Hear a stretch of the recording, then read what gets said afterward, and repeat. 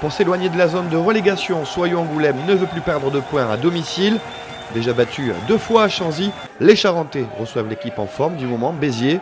Des Biterrois qui restent sur une série de 6 victoires lors des 7 dernières journées et qui n'ont pas oublié la défaite à domicile en début de saison face à ces mêmes Charentais. Béziers qui va tout de suite se montrer réaliste dès les premières secondes avec cette faute sifflée contre le SA15 par M. Praderi. Faute au sol, Lucky Monroe passe les premiers points de la soirée. Béziers qui mène alors 3-0. Mais Soyaux-Angoulême a envie de jeu dans ce début de rencontre, à l'image de Lucas Méré qui retrouve Ayestaran. Action stoppée à 5 mètres de l'embut de Béziers. L'action qui va rebondir peut-être pour le premier essai, mais en avant, en bout de ligne, M. Praderi qui revient à l'avantage. Et Lucas Méré permet aux deux équipes de revenir à égalité, 3 partout. Bonne entame de la part des Charentais qui continuent à mettre la pression sur la défense biterroise. Béziers qui va craquer une première fois avec cet essai en bout de ligne de Théo Velten, jeune ailier de 19 ans.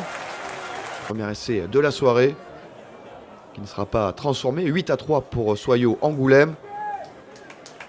Béziers, à l'image de cette action, a peu de ballons. Il les perd très rapidement. Et Soyaux-Angoulême en profite pour déchirer à plusieurs reprises le premier rideau défensif des Biterrois. Première alerte, toujours 8-3. Béziers très brouillon qui va perdre un ballon. Turnover terrible de la part de Soyaux-Angoulême.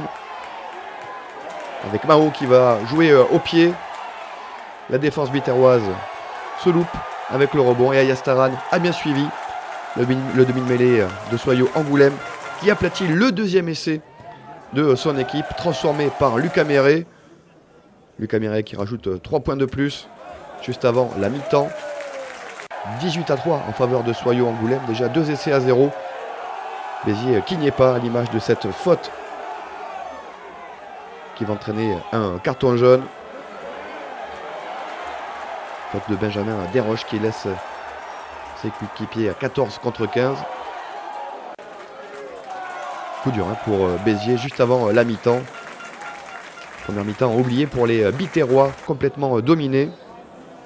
Et qui vont redémarrer la seconde période à 14 contre 15. Soyaux-Angoulême tout près du bonus offensif et qui va aller le chercher dès l'entame de cette seconde mi-temps. Après une nouvelle touche, le ballon porté qui est stoppé. On enchaîne des temps de jeu. Et Ayestaran, après avoir échappé le ballon qui va s'offrir le doublé pour le demi-mêlée de Soyaux-Angoulême. Le break est fait, le trou est fait.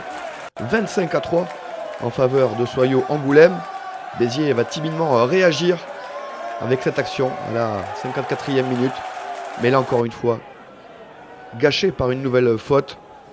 L'équipe de Béziers, fortement remaniée, un tiers de l'effectif a été changé sur cette rencontre. Et Soyaux-Angoulême qui tient peut-être son premier bonus offensif de la saison. C'est la seule équipe, Soyaux-Angoulême, à ne pas avoir empoché de bonus offensif. Et sur cette magnifique action, c'est Jean-Ric avec au passage quand même la superbe chistera de Mao. Jean-Ric qui va aplatir l'essai, le 4e essai, celui qui conforte le bonus offensif en faveur de Soyaux-Angoulême. La victoire et le bonus offensif, même si Béziers, à l'orgueil, va revenir en fin de rencontre avec cet essai de Paul Champin. Après 78 minutes de disette pour cette formation de Béziers, un petit peu absente et qui s'incline 32-8.